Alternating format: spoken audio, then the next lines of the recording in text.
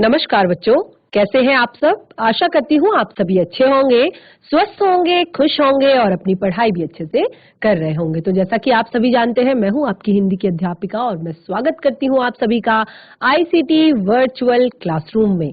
और आज हम यहाँ पर एकत्रित हुए हैं पढ़ने के लिए क्लास 12th की हिंदी। क्लास 12th की हिंदी में आप सभी को पता है, हम अपने पिछले सेशंस में जो सैंपल पेपर है उन्हें सॉल्व कर रहे हैं। तो क्योंकि अब आपकी परीक्षाएं नजदीक है, काफी समय नजदीक आ गया है आपकी परीक्षाओं का और आप सभी लगे हैं आप अपनी परीक्षाओं की तैयारियों में। तो क्या होता है कि हमारा जो ज्यादातर टाइम होता है वो हमारा मैथ्स, इंग्लिश, फिजिक्स, हिंदी या बाकी सब्जेक्ट्स की तैयारी में हमारा लग जाता है। तो हिंदी पे हम बहुत कम ध्यान देते हैं और इसमें क्या होता है, कई बार इसी कारण हमारी हिंदी में बहुत कम मार्क्स आते हैं, हम ध्यान प्रॉपर तरीके से नहीं दे पाते।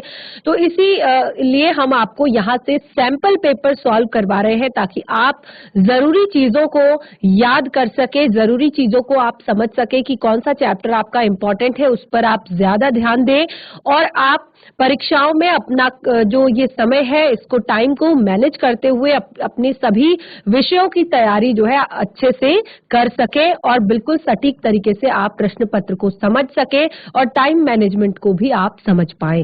तो इसी के चलते हमने अपना जो पिछले 2-3 सेशन जो हमारे हुए थे उनमें हमने आपका 2020 का जो सैंपल पेपर था आपका हिंदी का, उसको हमने सॉल्व किया था। उसमें आपके जितने भी व्याकरण से जुड़े हुए, जिस तरह से हमने यहाँ पर आपको बताया कि आप एक निबंध को किस तरह से अटेंड करेंगे, एक प्रार्थना पत्र को, लेटर को आप किस तरह से लिखेंगे और व्याकरण से जुड़े हुए जो भी प्रश्न है उनके उत्तर आप किस तरह से देंगे और बाकी जो आपके सिलेबस से जुड़े हुए प्रश्न है, यानी कि जो आपकी हिंदी की पाठ्य पुस्तिका से जुड़े हुए जो प्रश्न है उन्हें आप कैसे अटेंड करेंगे, कौन सा चैप्टर आपका बहुत ज्यादा महत्वपूर्ण है, कौन सी कविता हर बार आपके सैंपल पेपर में रिपीट हुई है, कौन सा चैप्टर आपका रिपीट हुआ है। तो ये चीजें ध्यान रखने के लिए हमारा 2020 का जो सैंपल पेपर था वो लगभग कंप्लीट हो गया था।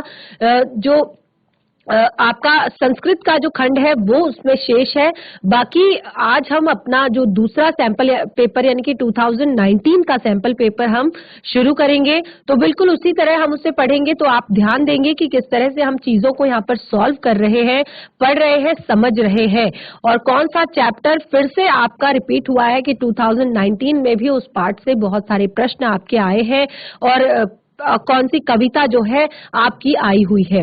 और एक और बात मैं आप लोगों के साथ शेयर करना चाहती हूँ, क्योंकि परीक्षाएं नजदीक है, कई बार ऐसा होता है कि कोई चैप्टर आपका छूट जाता है और बहुत ही ज्यादा महत्वपूर्ण वो चैप्टर होता है जिसको आप पढ़ नहीं पाते, समझ नहीं पाते, या फिर अगर आपको यहाँ से पढ़ाया भी जाता है तो किसी कारणवश आप क्लास अटेंड नहीं कर पाते हैं। तो इस तरह की अगर आपको किसी भी पाठ में कोई दिक्कत है तो आप अपनी सारी समस्याएं हमारे साथ शेयर कर सकते हैं। चैट के माध्यम से आप अपनी प्रॉब्लम्स हमें भेज सकते हैं, आपकी सभी समस्याओं का समाधान यहाँ से किया जाएगा। तो हम चलते हैं स्मार्ट बोर्ड की तरफ, शुरू करते हैं आज का सेशन। सभी बच्चे ध्यान पूर्वक पढ़ेंगे और समझेंगे। ये जो सैंपल पेपर आप देख सकते हैं हमारा यहाँ पर 2019 का हमारा ये सैंपल पेपर है, 2019 का हमारा ये सैंपल पेपर है। और क्योंकि अब आप क्लास 12th में हैं तो आप क्लास 10th में भी एक बार बोर्ड परीक्षाएं दे चुके हैं और आपको लगभग सारी चीजें पता है कि आप कैसे एक प्रश्न पत्र को अटेंड करने के लिए आपको क्या क्या चीजों को ध्यान रखना होता है। तो सेम प्रोसेस, सबसे पहले यहाँ पर समय आप देख सकते हैं 3 घंटे का समय आपको दिया गया है। उसके बाद पूरे 100 नंबर का आपका ये जो सैंपल पेपर है ये पूरे 100 नंबर का आपका है, यानी कि जो आपका बोर्ड परीक्षाओं का पेपर है वो 100 नंबर का आपका आता है। और इस तरह से बिल्कुल यहाँ पर निर्देश जो आप देख सकते हैं, 2 खंड दिए गए हैं, अ और ब। दोनों खंडों में पूछे गए सभी प्रश्नों के उत्तर देना अनिवार्य है। आपको दोनों खंडों में से जो यहाँ पर प्रश्न दिए गए हैं तो सभी प्रश्नों के उत्तर देना आपको अनिवार्य है। और सभी प्रश्नों के निर्धारित अंक, यानी कि क्योंकि अंक आपको सामने दिए गए हैं तो आप देख सकते हैं आपने एक प्रश्न पत्र का जो उत्तर है वो कितने शब्दों के अंतर्गत देना है। ऐसा नहीं है कि आप एक को बहुत ज्यादा लेंथी लिख दें और दूसरे के लिए आपके पास टाइम ना बच पाए। तो ये जो हमारा सैंपल पेपर है इसमें आप देख सकते हैं कि आपके सभी प्रश्नों के अंक जो है उसके सामने निर्धारित कर दिए गए हैं, लिख दिए गए हैं। तो इसी तरह से जो हमारा पहला खंड है, इस पहले खंड का आप देख सकते हैं पहला प्रश्न यहाँ पर दिया गया है। ये प्रश्न है आपका, निम्नलिखित गद्यांश को पढ़कर पूछे गए प्रश्नों के उत्तर दीजिए। आपको इस गद्यांश को पढ़ना है और इसके जो प्रश्न यहाँ पर दिए गए हैं इन प्रश्नों के उत्तर आपने देना है। और आप देख सकते हैं 5 प्रश्न टोटल आपके इस गद्यांश से आए हुए हैं और एक प्रश्न जो है वो आपका 3 नंबर का है। आप स्पष्ट रूप से देख सकते हैं कि एक प्रश्न आपका 3 नंबर का है। तो इस तरह से ये जो आपका गद्यांश है ये टोटल आपका 15 नंबर का ये प्रश्न आपका पहला प्रश्न बनता है। तो देख सकते हैं आप कि जब पहला प्रश्न आपका 15 नंबर का है तो आपने किस तरह से इसको अटेंड करना है, किस तरह से आपने इसको पढ़कर समझना है और फिर इसके प्रश्नों के उत्तर आपने देने हैं। क्योंकि हम समझते हैं कि गद्यांश जो है बहुत ही इजी होता है, आप आसानी से उसको पढ़ सकते हैं, उसके उत्तर दे सकते हैं, लेकिन कई बार इसी कारण हमारे जो नंबर है बहुत ज्यादा होते हैं, 15 नंबर, तो 15 में से कई बार बहुत कम नंबर हमारे आ पाते हैं इसी कारणवश। तो आपको ध्यान देना है कि आपको समझ लेना है पहले कि गद्यांश में क्या कहा गया है। सबसे पहले हम गद्यांश को पढ़ना शुरू करेंगे, समझेंगे, उसके बाद हम उत्तर देंगे। देखिए, व्यक्ति चित्त सब समय आदर्शों द्वारा चलित नहीं होता है। व्यक्ति चित्त, इंसान के मन की बात की गई है, इंसान के चित्त की बात की गई है, कहे तो इंसान के चरित्र की भी बात की गई है कि व्यक्ति का जो चित्त होता है, व्यक्ति का जो मन होता है, वो हर समय, सब समय, यानी कि हर समय वो आदर्शों द्वारा चलित नहीं होता कि हम हर चीज के लिए अपने आप को आदर्शों में एक तरह से बांध कर नहीं चल सकते। कई बार हमें कई सिचुएशंस में कुछ ऐसे काम भी करने पड़ते हैं जो हमारे आदर्शों के खिलाफ है, हमें नहीं करने चाहिए, लेकिन हमें करने पड़ते हैं या हम करते हैं। तो ऐसा नहीं होता कि हर व्यक्ति हर समय पर अपने आदर्शों से जुड़ा हुआ हो, अपने आदर्शों से बंधा हुआ हो। तो जितने बड़े पैमाने पर इन क्षेत्रों में मनुष्य की उन्नति के विधान बनाए गए हैं, उतनी ही मात्रा में लोभ, मोह जैसे विकार भी विस्तृत होते गए हैं। देखिए, हमने कहा कि हर बार व्यक्ति का जो चित्त होता है, व्यक्ति का जो मन होता है, वो हर बार आदर्शों से नहीं बंधा रह सकता। कहीं कहीं पर उसको अपने आदर्शों को त्यागना भी पड़ता है और किसी कारणवश वो त्यागता भी है।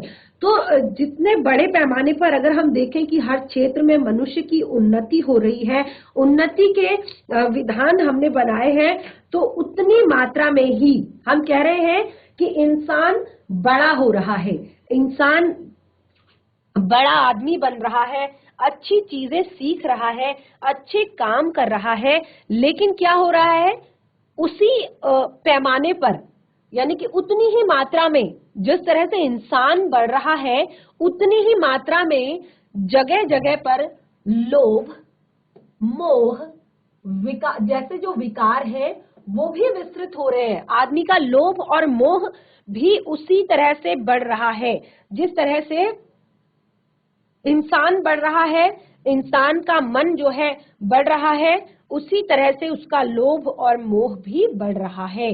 तो आगे पढ़ेंगे, लक्ष्य की बात भूल गए, आदर्शों को मजाक का विषय बनाया गया और संयम को दकियानुसी मान लिया गया। और इसी क्रम में, यानी कि जब बहुत ज्यादा ऊंचा उठने की, बहुत ज्यादा बड़ा आदमी बनने की, बहुत जल्दी आगे बढ़ने की, बहुत जल्दी सफलता पाने की इंसान ठान लेता है, तो उस समय क्या होता है कि वो लक्ष्य की बात को भूल जाते हैं कि आखिर उनके जीवन का लक्ष्य क्या है, उनको सच में जीवन में क्या करना चाहिए था, ये वो भूल जाते हैं और आदर्शों को मजाक का विषय बना लेते हैं कि जो इंसान के आदर्श है कि यार हमें ऐसा नहीं करना चाहिए, हमें ये सब चीजें अपने जीवन में नहीं करनी चाहिए।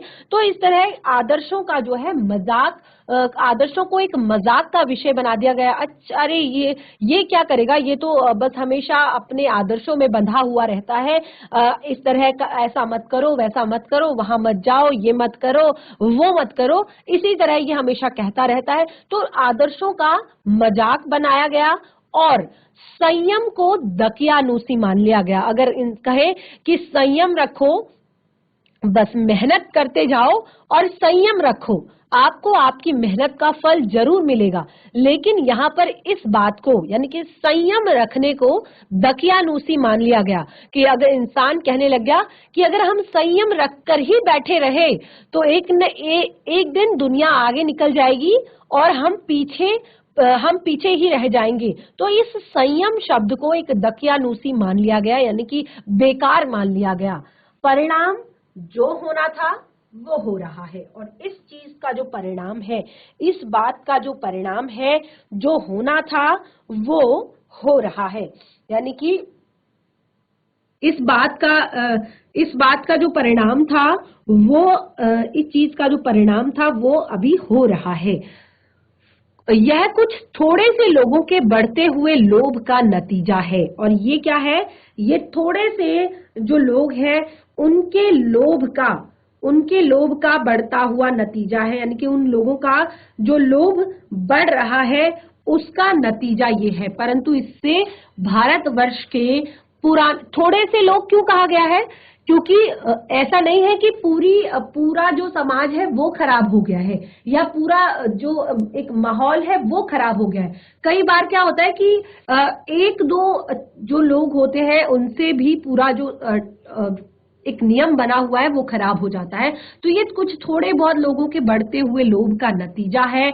परंतु इससे भारतवर्ष के पुराने आदर्श और भी अधिक स्पष्ट रूप से महान और उपयोगी दिखाई देने लगे हैं, क्योंकि ये केवल कुछ ही लोगों के बढ़ते हुए लोभ का नतीजा है।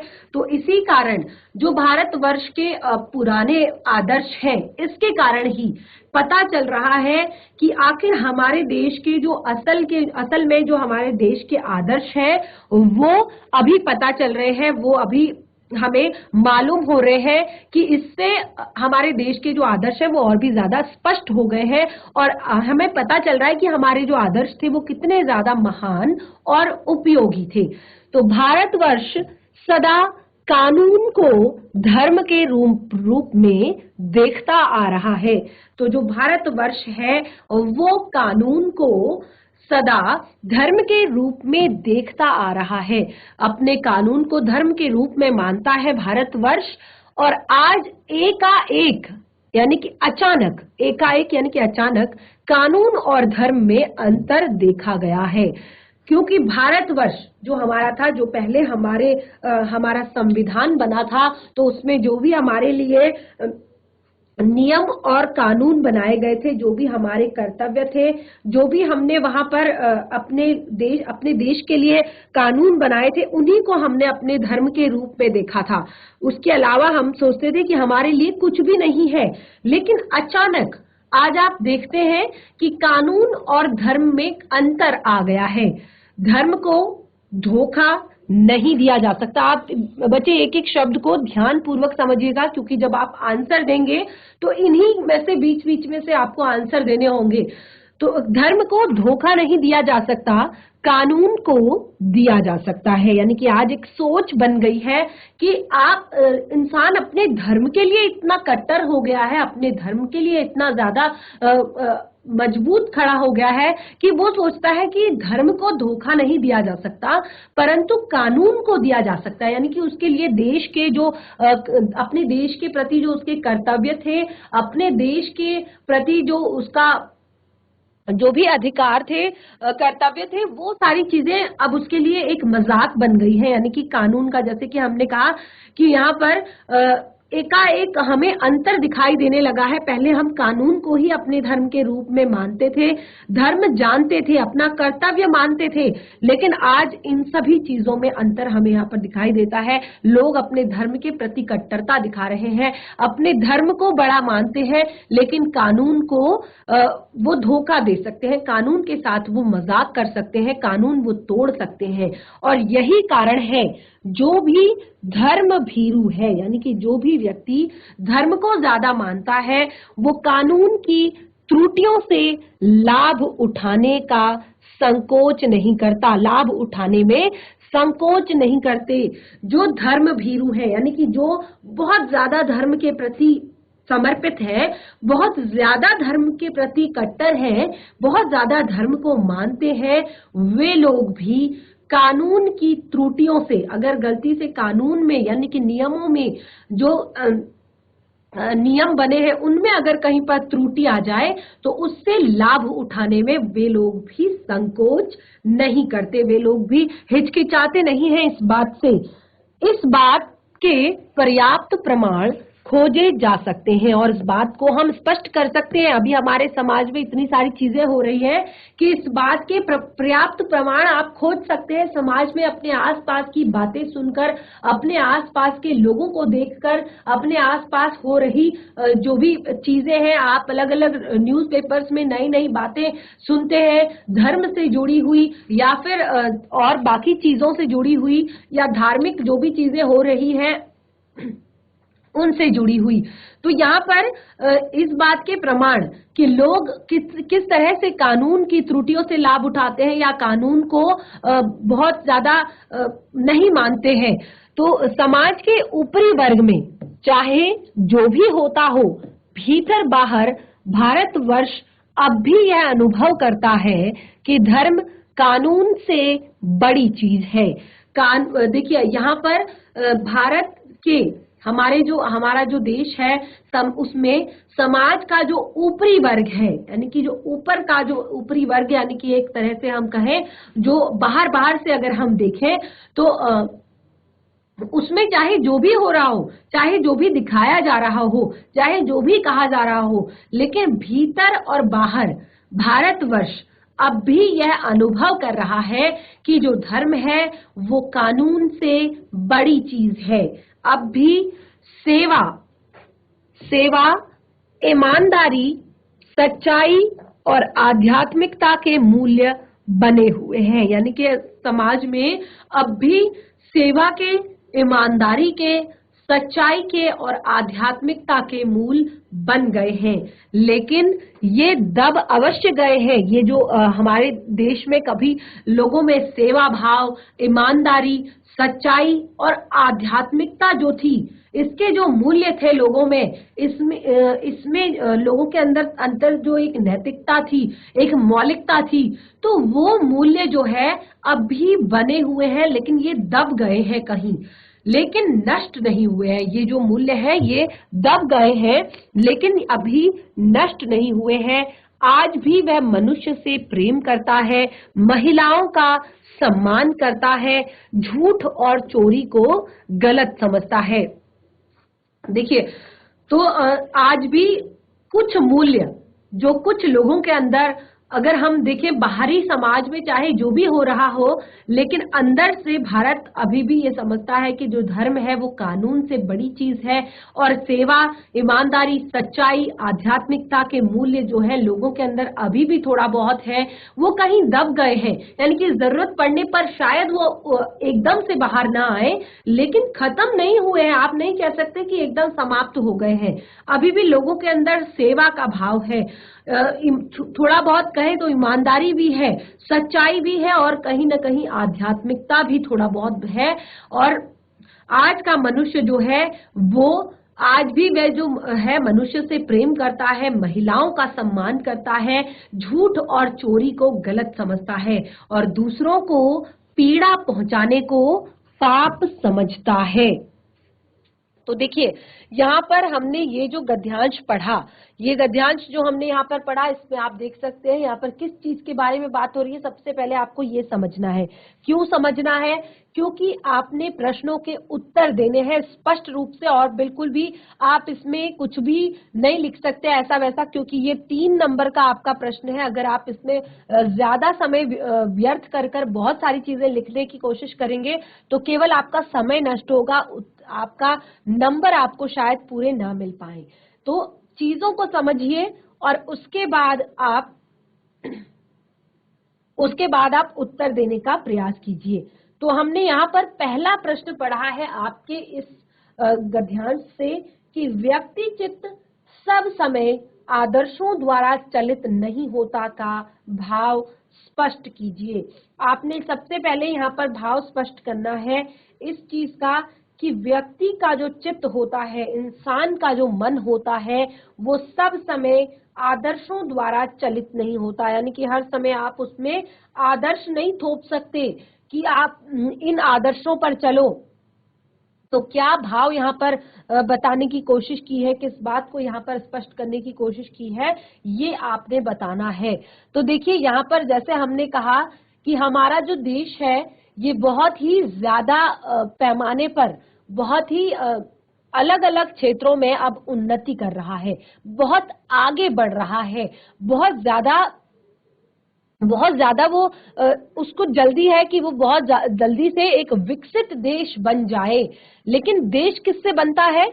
देश बनता है लोगों से, और लोगों के जो मन है, जिस तरह से उनकी कामयाबी आगे बढ़ रही है, जिस तरह से वो आगे बढ़ रहे हैं, जिस तरह से वो चीजों को प्राप्त कर रहे हैं, तो उसके लिए हर समय उनका जो मन है वो आदर्शों में बंधा हुआ नहीं रह सकता। यानी कि वो हर समय ये नहीं सोच सकता कि मेरा धर्म ये है तो मेरे धर्म के अनुसार मुझे यानी कि मेरा जो एक इंसानियत, मान लो अगर हम कहें हमारा धर्म जो है वो इंसानियत का धर्म है, तो इंसान होने के नाते मुझे ऐसा नहीं करना चाहिए, वैसा नहीं करना चाहिए, कुछ गलत काम नहीं करना चाहिए, आगे बढ़ने के लिए किसी को पीड़ा नहीं पहुंचानी चाहिए, लोगों को प्रेम करना चाहिए, झूठ नहीं बोलना चाहिए, चोरी नहीं करनी चाहिए।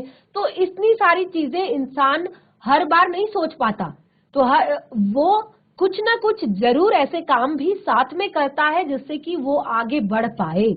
तो इसलिए यहाँ पर जो सबसे पहली पंक्ति है वो यही लिखी गई है कि जो व्यक्ति का चित्त है वो हर समय आदर्शों द्वारा चलित नहीं होता। यानी कि हर समय वो अपने आदर्शों को ही अगर सोचता रहेगा, वो इतने बड़े पैमाने पर जो ये उन्नति कर रहा है वो शायद आगे नहीं बढ़ पाएगा, क्योंकि जितनी ज्यादा ये उन्नति कर रहा है उतनी ही मात्रा में लोगों के मन में लोभ और मोह जैसे विकार भी उत्पन्न हो रहे हैं। और जहां लोभ और मोह होता है, ये दोनों ही इंसान को उसके आदर्शों से विचलित कर देते हैं, उसके धर्म से विचलित कर देते हैं, उसके कर्तव्य से विचलित कर देते हैं। तो ये सबसे बड़ी मेन पॉइंट यहाँ पर सबसे पहला उत्तर हमने इस तरह से दिया। तो जैसे कि मैं आपको कह रही हूँ कि 3 नंबर का आपका उत्तर है, तो आप इसमें ऐसा नहीं है कि आप इसमें पूरा 1 से 1.5 पेज लिखेंगे, आप जितना लिख सकते हैं आप स्पष्ट रूप से इसमें उत्तर देंगे। अगला प्रश्न है, आदर्शों को मजाक का विषय बनाने और संयम को दकियानूसी मान लेने का क्या परिणाम हुआ है? देखिए यहाँ पर आदर्शों का मजाक बनाने से और संयम को दकियानूसी मान लेने से क्या परिणाम हुआ है?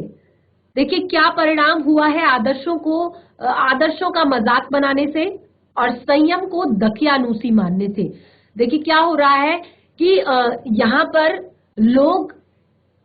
लोगों के अंदर लोभ और मोह बढ़ता जा रहा है, और इस तरह से अपने आदर्शों का मजाक बनाने के कारण, अपने संयम को दकियानूसी मान लेने के कारण लोग अपने लक्ष्य की बात को भूल रहे हैं। यानी कि अपने लक्ष्य को भूल गए हैं। मनुष्य ने जो भी अपने उन्नति के विधान बनाए थे, अपनी उन्नति के उन्होंने जो एक लक्ष्य अपना बनाया था उन्नति के लिए, तो कई बार क्या हो रहे हैं कि यहाँ पर बहुत सारे विकार भी उनकी उन्नति में आ रहे हैं। यानी कि अगर आप अपने आदर्शों का मजाक बनाने लगते हैं तो आप सच में अगर उन्नति कर भी लेते हैं, देखिए अगर एक सरल भाषा में अगर मैं कहूँ, इंसान जो है बहुत अच्छा पढ़ने लिखने में, वो बहुत बड़े स्कूल में पढ़ता है, बहुत हाईएस्ट मार्क्स उसके आते हैं, बहुत ज्यादा पढ़ने में वो तेज है, दिमाग बहुत अच्छा चलता है, लेकिन अगर उसके अंदर मौलिकता नहीं है, उसके अंदर नैतिकता नहीं है, उसको अपने आदर्शों का ज्ञान नहीं है, उसको अपने धर्म का ज्ञान नहीं है कि उसका एक मनुष्य होने के नाते क्या धर्म है, क्या उसके कर्तव्य है, किस तरह से उसको एक मनुष्य होने के नाते अपने समाज में व्यवहार करना चाहिए लोगों के साथ, तो उसका बहुत ज्यादा पढ़ा लिखा होना या बहुत ज्यादा उन्नति कर लेना उतना ज्यादा हम सफल नहीं मान सकते हैं। तो देखिए परिणाम तो निकलता ही है, परिणाम तो एक न एक दिन पता चल ही जाता है कि अगर आप कितने भी बड़े पद पर चले जाएं, कितने भी बड़े इंसान बन जाएं, लेकिन ये सारी चीजें आपके अंदर, आपके आदर्श नहीं है, आपके अंदर आपको जो इंसानी धर्म है वो नहीं है, आपके अंदर अपने जो मूल कर्तव्य हैं आप उनको नहीं समझते, तो आपको हम सच में एक अच्छा सफल व्यक्ति आपको एक नहीं मान सकते, एक उन्नत व्यक्ति आपको नहीं मान सकते। तो इसके जो परिणाम है वो हमेशा गलत ही होंगे, यानी कि आप परिणाम कभी ऐसा नहीं होगा कि इंसान बहुत अच्छा बन गया, तो साथ में बहुत कम ये सारी चीज समाज में, देश में देखने को मिलती है। इस तरह से आप दूसरे प्रश्न का उत्तर भी बहुत आसानी से लिख सकते हैं। अगला प्रश्न है, कानून और धर्म में अंतर कर दिए जाने पर क्या परिणाम हुआ। देखिए जब से कानून और धर्म में अंतर किया गया तब से क्या परिणाम हुआ, तो यहाँ पर देख सकते हैं, आपने यहाँ पर देखा कि अब जो है कानून और धर्म में यहाँ पर जो भारतवर्ष है वो क्या करता है कि वो अब कानून को धर्म से ऊपर देखता, कानून को धर्म के रूप में, पहले से यहाँ पर कानून को धर्म के रूप में देखा जाता था कि जो हमारा कानून है वही हमारा धर्म है, लेकिन आजकल एकाएक कानून और धर्म में अंतर कर दिया गया है। तो इसका परिणाम ये होता है कि लोग क्या सोचते हैं, लोग सोचते हैं कि हम धर्म को ज्यादा हमें इम्पोर्टेंस देनी चाहिए, चाहे हमारे देश का कानून कुछ भी हो, हम अपने देश को, अपने धर्म को धोखा नहीं दे सकते, अपने जो देखिए एक कानून और धर्म दोनों चीजें बराबर हैं। कई बार क्या होता है कि धर्म में अगर हम ठीक भी है तो कई चीजों में लोग कानून में बहुत ज्यादा दिक्कत कर देते हैं, बहुत सारे ऐसे काम कर देते हैं जो जिनको सजा मिलना जरूरी होता है उसी चीज के लिए, लेकिन कानून को बिल्कुल नहीं मानते हैं, उसका मजाक बनाया जाता है, उसको बहुत छोटी चीज एक मान लिया जाता है। तो इसका परिणाम बहुत ही ज्यादा खराब होता है, बहुत ही ज्यादा बेकार हमें समाज में देखने को मिलता है। तो इस तरह से आप इस प्रश्न का उत्तर भी दे सकते हैं। अगला प्रश्न आपका यहाँ पर दिया गया है, किन बातों से यह स्पष्ट होता है कि आम भारतीय यह अनुभव करता है कि धर्म कानून से बड़ी चीज है। देखिए एक यहाँ पर बात लिखी गई है कि आदमी जो है, आज का जो व्यक्ति है, आम भारतीय जो है, यहाँ पर क्योंकि बड़ों की बात नहीं की गई है, यहाँ पर एक रिच वर्ग की बात नहीं की गई है कि जो बहुत ऊपरी वर्ग है, जो पहुंच से बाहर है, जो जहां पर कुछ भी हो सकता है, चाहे वो कानून से जुड़ा हुआ हो, चाहे वो धर्म से जुड़ा हुआ हो, उनके लिए कानून और धर्म जो है वो ज्यादा मैटर नहीं करते क्योंकि वो बहुत हाई लेवल के लोग होते हैं। लेकिन एक जो आम भारतीय होता है, एक जो नॉर्मल लोग होते हैं, जो अपनी एक साधारण सा जीवन जी रहे हैं, अपना नॉर्मल कमा रहे हैं, मेहनत कर रहे हैं, परिवार चला रहे हैं, समाज में अपने सारे रिश्ते नाते बनाए हुए हैं, और तो इस तरह के एक धार्मिक आदमी के लिए आपको यहाँ पर वो कैसे अनुभव करता है कि धर्म जो है कानून से बड़ी चीज है। देखिए क्यों अनुभव कर रहा है, क्योंकि कई बार देखिए क्या होता है कि आज भी हम देखते हैं जो हमारा एक आम जो हमारा नागरिक जीवन है, इसमें हम देख रहे हैं कि अभी भी कई बार हम देखते हैं सेवा भाव हमें लोगों में दिखाई देती है, ईमानदारी हमें लोगों में दिखाई देती है, सच्चाई हमें लोगों में दिखाई देती है और लोगों में आध्यात्मिकता, चाहे वो किसी भी धर्म का हो, अपने धर्म से जुड़ी हुई जो आस्था है, ईश्वर से जुड़ी हुई, भगवान से जुड़ी हुई जो आध्यात्मिकता है उसके मूल्य अभी भी बने हुए हैं लोगों के अंदर। भले ही वो कहीं ना कहीं थोड़ा सा दब गए हैं, लेकिन पूरी तरह से नष्ट अभी भी नहीं हुए हैं। और आज भी जो मनुष्य है वो मनुष्य से प्रेम करता है, यानी कि वो जानता है, एक आम मनुष्य की बात यहाँ पर हो रही है, मनुष्य से प्रेम करता है, समाज में महिलाओं का सम्मान किया जाता है और झूठ और चोरी को गलत समझा जाता है और लोगों को पीड़ा पहुंचाना पाप समझा जाता है। तो इन बातों से स्पष्ट हो जाता है कि आज का जो एक आम भारतीय आदमी है वो अनुभव करता है कि जो धर्म है वो कानून से बड़ी चीज है। तो इस तरह से हमने इसके चारों प्रश्न बहुत अच्छे से सॉल्व कर लिए हैं, बहुत अच्छे से हल कर लिए हैं। तो अब एक अंतिम प्रश्न हमारा यहाँ पर बचता है, वो है उपर्युक्त गद्यांश के लिए उपयुक्त शीर्षक लिखिए। तो हमने बहुत ही अच्छे से इस गद्यांश को पढ़ा और देखिए, क्योंकि हमें शीर्षक बताना है तो इसको फटाफट से एक बार रिवाइज कर लेते हैं। व्यक्ति चित्त सब समय आदर्शों द्वारा चलित नहीं होता। जितने बड़े पैमाने पर इन क्षेत्रों में मनुष्यों की उन्नति के विधान बनाए गए हैं, उतनी ही मात्रा में लोभ और मोह भी जैसे विकार भी हमारे विस्तृत होते जा रहे हैं। लक्ष्य की बात भूल गए, आदर्शों को मजाक का विषय बनाया गया, संयम को दकियानूसी मान लिया गया। परिणाम जो होना था वह हो रहा है और कुछ थोड़े लोगों के बढ़ते हुए लोभ का नतीजा है। परंतु इससे भारतवर्ष के जो पुराने आदर्श हैं वो और भी अधिक स्पष्ट रूप से और महान और उपयोगी हमें दिखाई देने लगे हैं। भारत सदा कानून को धर्म के रूप में देखता आ रहा है। आज एकाएक कानून और धर्म में अंतर कर दिया गया। धर्म को धोखा नहीं दिया जा सकता, कानून को दिया जा सकता है। यही कारण है कि जो धर्म भीरू हैं वे भी कानून की त्रुटियों से लाभ उठाने में संकोच नहीं करते। इस बात के पर्याप्त प्रमाण खोजे जा सकते हैं कि समाज के ऊपरी वर्ग में चाहे जो भी होता हो, भीतर बाहर भारतवर्ष अभी भी यह अनुभव कर रहा है कि धर्म कानून से बड़ी चीज है। अब भी सेवा, ईमानदारी, सच्चाई और आध्यात्मिकता के मूल्य बने हुए हैं। वे दब अवश्य गए हैं लेकिन नष्ट नहीं हुए हैं। आज भी मनुष्य से प्रेम करता है, यानी कि आज भी वह मनुष्य से प्रेम करता है और महिलाओं का सम्मान करता है, झूठ और चोरी को गलत समझता है और दूसरों को पीड़ा पहुंचाना पाप समझता है। तो इस तरह से हमने यहाँ पर अपना जो पहला प्रश्न था ये हमने कंप्लीट कर लिया। ये जो आपका अंतिम प्रश्न है ये आपके लिए होमवर्क है। 2 बार हमने गद्यांश को पढ़ा, अब प्रश्नों के उत्तर भी हमने कर लिए हैं। तो ये आपके लिए होमवर्क है। आप यहाँ पर 1, 2, 3 जितने भी उपयुक्त शीर्षक जो है आप सुझा सकते हैं, क्योंकि ये भी बहुत आसान नहीं है, क्योंकि 3 नंबर का आपका ये प्रश्न है। अगर स्पष्ट रूप से आप यहाँ पर नहीं उत्तर आप सुझा पाते हैं तो आपके 3 नंबर यहाँ पर कट जाते हैं। तो ध्यान पूर्वक समझिए और उसके बाद इसका उत्तर देने का प्रयास कीजिए। इस प्रश्न को हम अपने नेक्स्ट सेशन में डिस्कस करेंगे, अपने नेक्स्ट सेशन में पढ़ेंगे। आप सभी जितना ज्यादा हो सके इस पर आप शीर्षक बनाकर आप लिखकर लेकर आएंगे। देखिए, अगला प्रश्न आपके हिंदी में जो है वो है आपका निबंध।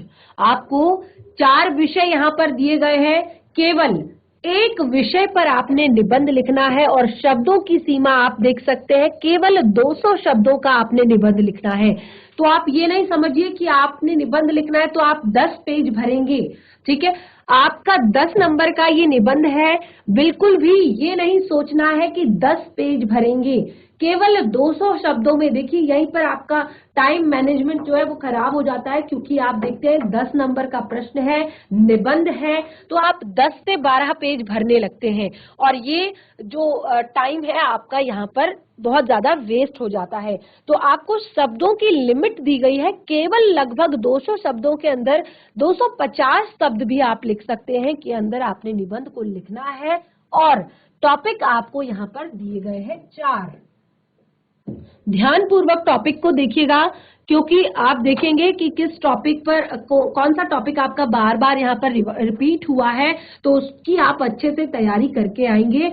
और देखिए आपको केवल और केवल लिखना नहीं है इसमें, जैसे आपको यहाँ पर एक टॉपिक दिया गया है तो आप उसमें हेडिंग्स डालेंगे।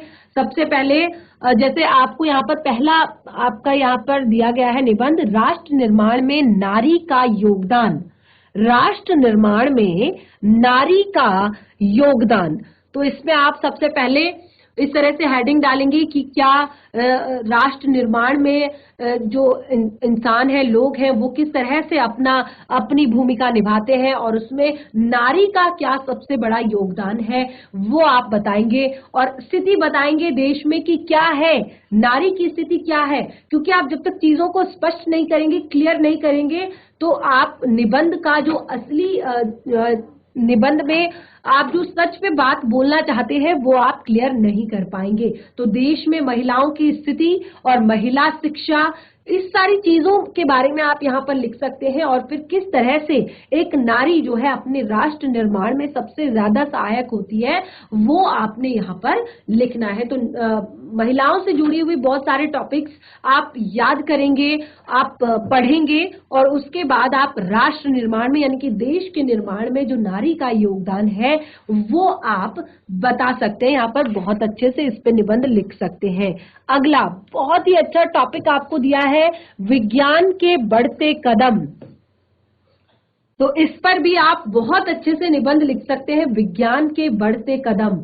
विज्ञान को एक विषय के रूप में देखते हुए और इसका आज कितना ज्यादा चलन हमारे देश में, विदेश में और विश्व में हो रहा है और क्या क्या विज्ञान ने हमें वरदान के रूप में दिया है, वो सारी चीजें, और विज्ञान कहाँ कहाँ पर आज बहुत ही ज्यादा उच्च स्तर पर पहुंच गया है, ये आप यहाँ पर स्पष्ट रूप से लिख सकते हैं। तो विज्ञान से जुड़ी हुई चीजें आप देख सकते हैं, चाहे आप शिक्षा के क्षेत्र में हो, चाहे आप मेडिकल के क्षेत्र में हो, चिकित्सा के क्षेत्र में हो या किसी भी क्षेत्र में हो, विज्ञान साइंस जो है उसने बहुत ही ज्यादा उन्नति कर ली है, बहुत ज्यादा बड़े लेवल पर साइंस आज चला गया है।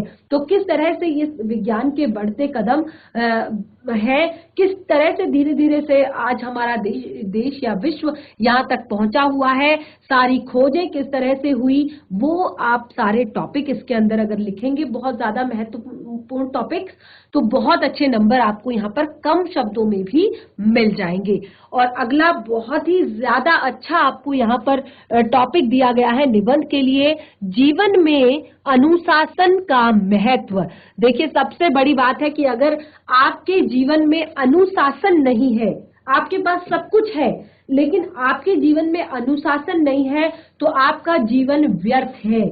आपके पास आप अनुशासित नहीं है, चाहे आप अपने विद्यालय के लिए हो, चाहे आप अपनी पढ़ाई के लिए हो, चाहे आप अपने घर में कामकाज के लिए हो, चाहे आप अपनी व्यवस्थित एक जो पाठ्य क्रिया है उसके लिए हो, चाहे आप अपने शरीर के लिए ही क्यों ना हो, अनुशासन देखिए हर जगह हमें जरूरी होता है। हमें अपने शरीर के लिए भी अनुशासन जरूरी होता है कि हमें सुबह इस टाइम पे उठना है, आपको एक्सरसाइज करनी है, नाश्ता किस समय पे करना है, लंच किस समय पे करना है, सोना किस समय पे है, तो ये भी एक अनुशासन के अंदर ही आता है। और उसी तरह से आप अपनी स्कूल में, विद्यालय में किस तरह से अनुशासन दिखाते हैं, समाज में किस तरह से अनुशासन दिखाते हैं, देश में किस तरह से अनुशासन दिखाते हैं, तो इस तरह से आप बहुत ही ज्यादा महत्वपूर्ण बातें इसमें लिख सकते हैं। अगला बहुत ही महत्वपूर्ण टॉपिक आपको यहाँ पर दिया गया है निबंध के लिए, प्राकृतिक आपदा और उत्तराखंड। तो उत्तराखंड और प्राकृतिक आपदाओं का तो एक बहुत ही यहाँ पे बड़ा संबंध है आपस में, तो आप उत्तराखंड के ही निवासी हैं और इस टॉपिक पे आप बहुत अच्छा लिख सकते हैं, ऐसी मेरी आशा है कि प्राकृतिक आपदाएं और उत्तराखंड का क्या यहाँ पर संबंध है, किस तरह से उत्तराखंड में प्राकृतिक आपदाएं आती है, रीजन क्या है और किस तरह से इनको कम किया जा सकता है, किस तरह से इनसे बचा जा सकता है, ये सारी बातें आप इस निबंध के अंदर लिख सकते हैं। तो बच्चों, आज के सेशन में हमारा जो पहला प्रश्न है, यानी कि जो हमारा पठित गद्यांश है, इसको हमने पढ़ा और दूसरा प्रश्न यानी कि जो निबंध है उसके बारे में हमने डिस्कस किया। तो पहला प्रश्न जो है उसको हमने बहुत अच्छे से पढ़ लिया है। आप उसका शीर्षक जरूर देख कर लाएंगे, लिख कर लेकर आएंगे और यहाँ पर हमारे साथ शेयर करेंगे, चाहे चैट के माध्यम से करें, चाहे क्लास में आप डिस्कस करें। तो नेक्स्ट हम इसी टॉपिक को कंटिन्यू करेंगे अपने सेशन में। आज का सेशन हमारा यहीं पे समाप्त होता है। आशा करती हूँ कि आप सभी अपनी परीक्षाओं की तैयारी बहुत अच्छे से कर रहे होंगे। हिंदी में अगर आपको किसी भी पार्ट में कोई दिक्कत है, परेशानी है, तो आप मेरे साथ अपनी समस्याओं को शेयर कर सकते हैं, बता सकते हैं। आपकी सभी समस्याओं का समाधान किया जाएगा। तो हम मिलेंगे अपने नेक्स्ट सेशन में। तब तक के लिए धन्यवाद। आपका दिन शुभ हो।